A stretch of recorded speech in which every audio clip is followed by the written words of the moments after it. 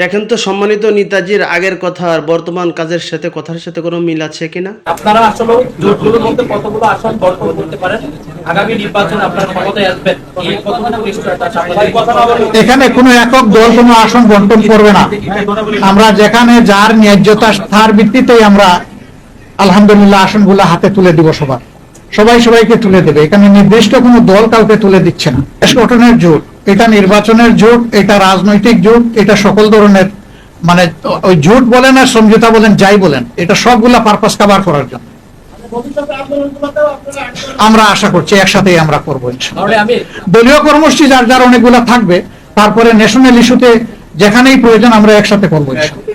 আচ্ছা, তাহলে যে এনসিপিকে 30টা আসন দেওয়া হলো, এটা কার সাথে পরামর্শ করে এনসিপিকে 30টা আসন দেওয়া হয়েছে এটা জানতে চাই। শুধুমাত্র তাই নয়, এনসিপিকে আসন দেওয়া নয়, এনসিপিকে যে 8 দলীয় জোট ছিল, 8 দলীয় বা 9 দলীয় 10 দলীয় জোট ছিল, সেই জোটের সাথে এনসিপিকে যে এক করা হয়েছে, এটাও কিন্তু কারোর সাথে কোনো পরামর্শ না করে শুধুমাত্র একক সিদ্ধান্তের পরেই কিন্তু এনসিপিকে এই জোটের ভিতরে নেওয়া হয়েছে, অ্যালায়েন্সের ভিতরে নেওয়া হয়েছে, কারোর সাথে কোনো পরামর্শ করা হয় নাই। অতএব তিনি পূর্বে কিন্তু বলেছেন সবার সাথে সম্মিলিতভাবে পরামর্শ করে আসন বিন্যাস করা হবে, সব কিছু করা হবে।